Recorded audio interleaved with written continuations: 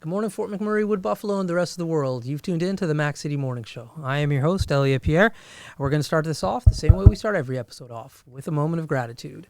I know that you could be doing a million other things with your time, and the fact that you spend it with us truly does mean the world to me. So thank you. On that note, Tanner, hit him with the intro.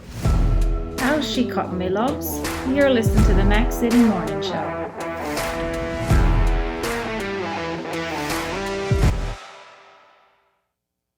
Hey everybody, Keith Simpson here from Norel Toyota. Just a quick chat about the wonderful community we live in here. As you guys know, we support the Oil Barons. We've joined the drive-in movie theater.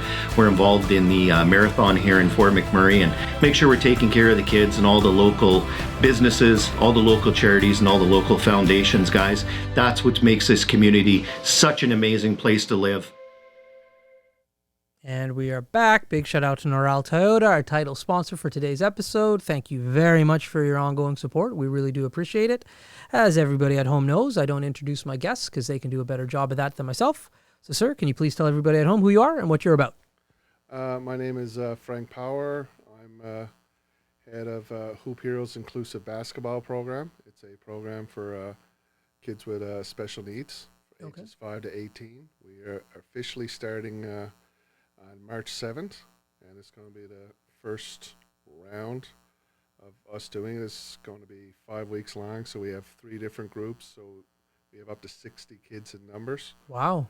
And we expected to just start with try it out for 5 weeks. It was that break in between teacher convention and Easter. Right. And there's other events on the go too, with like we have the Challenger hockey's on the go and then Challenger baseball, and I was trying not to make parents choose, right, because there's not many opportunities for that. Yeah. So we said, well, let's try it out. We'll do 5 weeks, and we had it was like 2 sessions from 6 to 8, and then our numbers started exploding, and now had to make a third group, and so we broke our age groups up a bit more, and so we have a 5 to 7 group, we have a 8 to 11 group, I think, Yeah, and then a 12 to 17 group. Wow, that's incredible. Yeah. And so why did you feel this was obviously, you found, long story short, you found out that there was a need. How did you, or why did you think there was a need for this? Well, I'm a father of 2 kids that are on the spectrum, ages 4 and 7. So Okay. a bit of personal experience with this, and Right. I'm a phys ed teacher as well, and just seeing, I guess, the opportunities, or just there wasn't enough opportunities, I felt, as a parent of a special needs kid, Right. just having sports being offered. And I have a background in basketball for about 25 plus years. Yeah. I haven't coached like too much over the last few years because I've been a dad first. And Yeah. I just had the experience last year of having my kid in Challenger baseball for the first time, my oldest Patty. Yeah. And we just saw, okay, this is something that's for these kids, because there's times that programs have offered, chances for kids with different abilities, or whether it be neurotypical or not, Right. and to go in like different things. But like my kids are both nonverbal, for example. They both use iPads to talk in terms of following directions. And it's just, we said, me and my wife both have a lot of experience in this. Yeah. And I just feel that to get something off the ground, someone needs to start it. Right. Right. And it's been talked about for many years, I guess, and just with everything that's happened over the last few years with COVID and the opportunities that were lost. And I think the special needs families have had it even harder, Yeah. because, those things they had, those opportunities they had to go out and socialize and interact, they were stuck inside a lot more. They were restricted right. a lot more. That's right. So I'm trying to give them that opportunity through a sport that's given so much to me, sport of basketball. Yeah. Yeah. Very cool. So when you have children and youth enroll in this, I know my little guy, he's in basketball here in town, and they do a lot of, once a week there's a practice, and then there's a game, and then a practice and a game. How does your league work? Well, the way we're doing it is we're going to have a partnership with Keano College. Okay. So we'll have like volunteers from like their different sports teams Oh, fantastic. because part of it is like, well, don't have to be just the basketball players. Like these are athletes, Hmm. and we don't know. Like some of these athletes could have a brother, a sister, a cousin, or someone they grew up with that had cerebral palsy, Right. had autism, had Right. Down syndrome, was blind or deaf, or Hmm. different things like that. And I guess the discussion sort of started from there one day.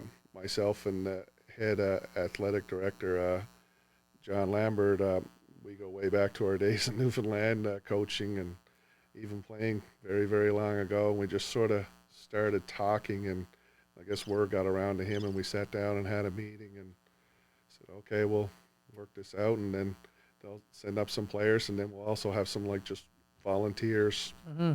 from around the community as well for like the different sessions. We created like sign up geniuses and stuff like that, and just getting those people involved. And what that does for parents is, as a parent myself, is when you take your kid out to an event, whether it's going to a playground or an outing or a birthday party, you don't get to sit down much. You don't get to socialize much. That's right. Stuff that other people take for granted. Yeah.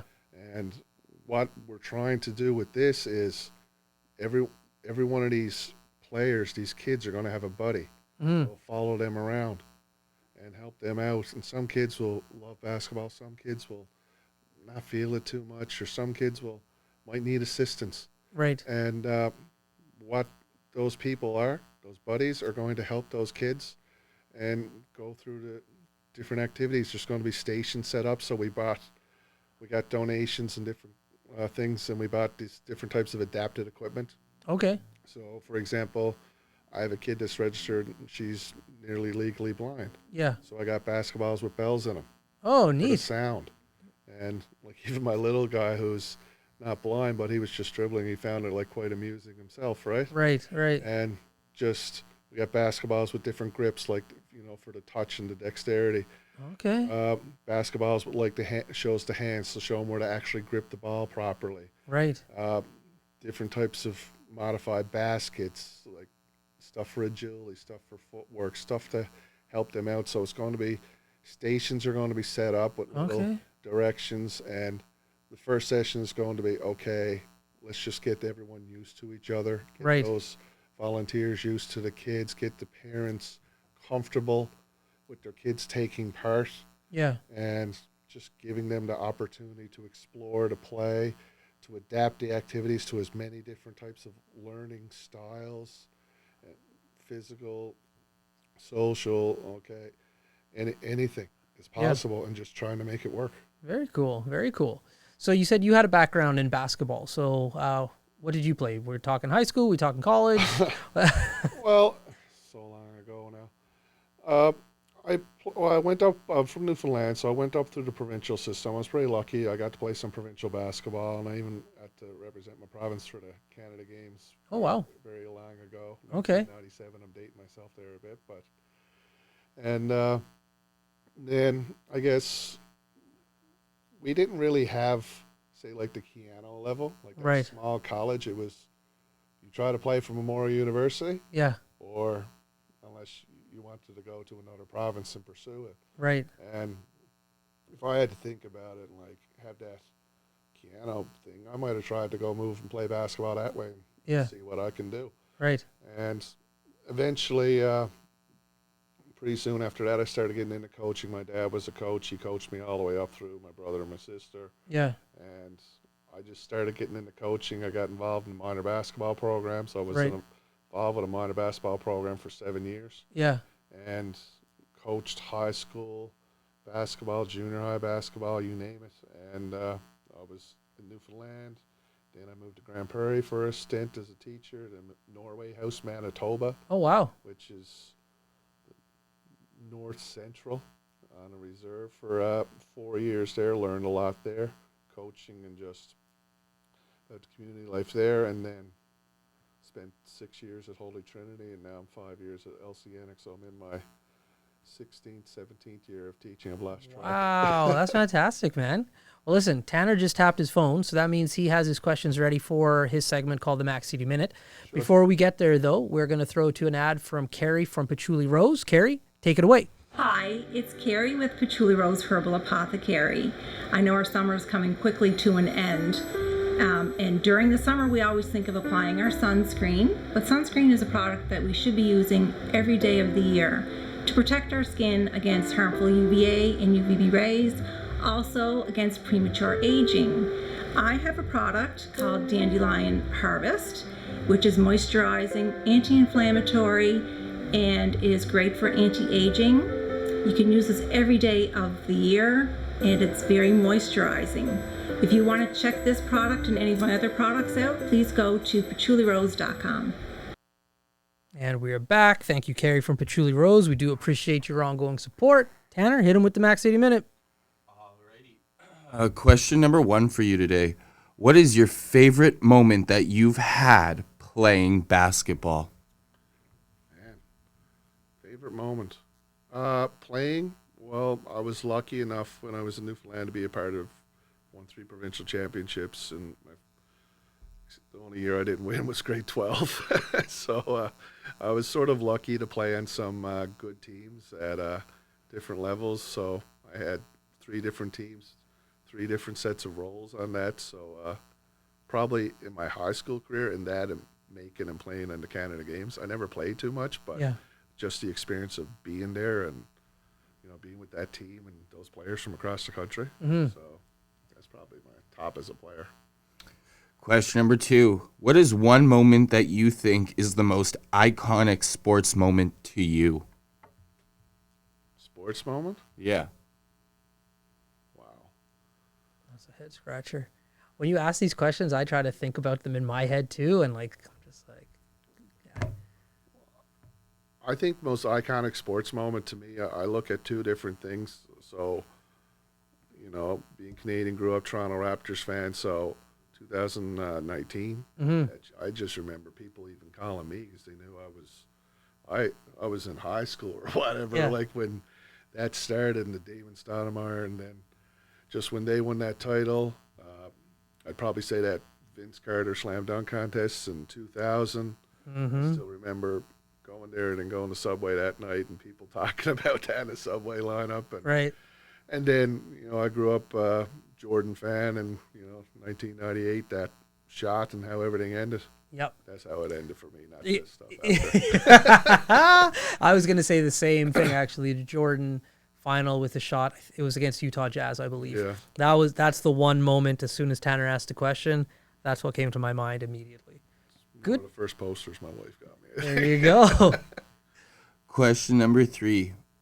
What is one reason you think Fort McMurray is a great place to raise children?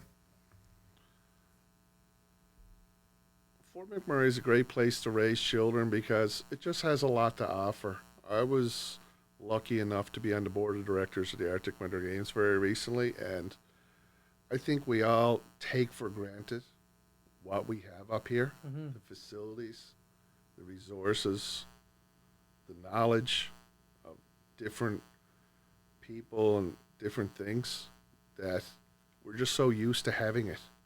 So used to having a Mac Island, so used to having a Keano College or these different places to shop. I just remember hearing stories when these different families came from some very remote places around Canada and the world, and they're like, wow, there's Walmart, or wow, there's, a KFC or a Tim Hortons, stuff that we take for granted. Yeah. That's here. And just the facilities that we have and the resources, especially even special needs families. Yeah, we got to travel a bit, but we have a lot here too, in both of our school systems and our towns. So there's a lot here, and I think we forget what we have at times, right? Like, I know some people have moved and some people said, well, there's more stuff here, or we don't have a professional team, or we don't have like a Costco or something, but we got a lot here. There's a lot to do and all around. Yeah. Right? Facts. For varieties of families. There you go. Question number 4. What is one moment from your childhood that you remember being the happiest? Being the happiest is probably when I just played sports, and I didn't. I literally only played basketball from a small school, small community. It was, you joined the cross country team, you had to run because you had to be in shape to play basketball. Yeah. That was just the rule, and I just enjoyed playing basketball. Played a ton of games. We were always traveling, like the road trips, eating at these different random places. The stories when you're just sitting on like a small little, like what we're not supposed to be doing now, when you shoved like about 8 people in a pickup or something like that. Right. Just like sitting on top of each other and just bags on top of each other and all the drives and things like that. Those are the memories that sort of stick for me when I was playing sports, and just the different relationships with your team and the people that you played against, and then seeing those people so many years after. Yeah. And just having those like the remember when chats. There you go. And your final question. Who do you think is an NBA player you tried to emulate the most when you played? I didn't reach that. I feel like everybody tried to emulate like their favorite player when they were a kid. I just remember when I was younger and that whole be like Mike and the old tongue, and everyone's like trying to drink Gatorade and all that type of stuff, and then you're like, well, I'm not that good of a jumper as him, or I'm not that good of this, and this. So you had all these dreams when you were a kid of what you thought in your head that you can do, but as you started getting older and like, okay, I'm not progressing at the way I thought I would. So it was like, you had that dream of that superstar athlete, or you're going to be this type of thing. For me, it was like what I thought was the best basketball player in the world at the time. So He was. Yeah, he was. There you go. Those were your 5 questions. There you go. Yeah, I was a big Michael Jordan fan. Like, I have his jersey still. I played a lot of basketball here in town. But there was one player that I didn't know this until like later on. I didn't know Michael Jordan was such a trash talker when we were younger, because like they didn't show that. But there was one guy that I knew who was a trash talker, and that was Gary Payton. Oh yeah. And so I was just like, man, I want to play as good as Mike, but I want to talk as good as Gary Payton on the court. Those are my two. I'll just ask, like, roughly how old are you? I'm 44 now, so, okay, so we had to distinguish. Yeah. It's not a good distinguished thing in Newfoundland. This was supposed to be LeBron James' first game in North America. Yeah. Vince Carter was still with the Raptors, and they decided to put the floor over the ice. Right. And they, I guess, extended the seating area, and they didn't take the fact that the floor was on the ice, so the game got canceled. Oh. It was a rough time, but I just remember sitting down for about a half hour, just like, we'll be back in 2 years. Yeah. That was like 2003. Yeah. Oh, wow. Yeah. So we're roughly the same age. So you're just like a little bit by like 3 years older than me now. So when you were watching basketball, when did you start? Like, I started, Michael Jordan was the man. My very first game that I ever saw was the Lakers playing the Chicago Bulls. So I wasn't there to really see like the Detroit games or see LA in their glory with Magic Johnson. Like, were you there roughly at my time or before? A bit before that. I remember a lot of the Bulls and Pistons. Okay. And you're lucky, man. The losing to the Bulls and Pistons. Right. And just that little like, I'm still a bit on the younger side then, but just that end to that Lakers Celtics thing. My dad was like sort of like Lakers, but then he just saw Jordan. It was like, that was game over. Yeah, I started watching right when the dynasty of the Bulls just started, which was phenomenal to be a fan back then. However, like, looking at the old clips, it would have been nice to see the buildup of Michael Jordan and some of those other teams actually having a chance, because once the Jordan era kicked in, like, nobody stood a chance. Yeah, that was it. Yeah, I feel bad for all those iconic players that, like, Patrick Ewing, Clyde Drexler, like, all of these Hall of Famers who never got a chance to wear a ring because Jordan was just that dominant. Yeah, he sent a few people home. Yeah. So, anyways, Tanner just tapped his watch, so that means we're out of time. But before we cut you loose today, everybody gets a shameless shout out or plug. So you have the mic, the camera, the lights. Have fun. Well, yeah, we're starting March 7th officially. So we'll be going on Tuesday nights. We'll have 3 different sessions, ages 5 to 18. Uh, we always try to make it work in terms of if there is anyone else interested, and if there's not, we'll be definitely doing it again in the fall, and looking to probably do it at least twice a year, and if we're lucky, 3 times a year. So for something that started that was 5 weeks long, it's looking to be more like a regular thing now. That's So, awesome, man. looking forward to seeing all the kids, and thanks to everyone for the support so far. There we go. Well, for McMurray, Wood Buffalo, and the rest of the world, that's been another episode of the Mac City Morning Show. Thank you very much to our title sponsor, Neural Toyota, as well as Carrie from Patchouli Rose. We do appreciate both of your ongoing support. I hope everybody at home is having a great day, and we'll see you tomorrow. Peace.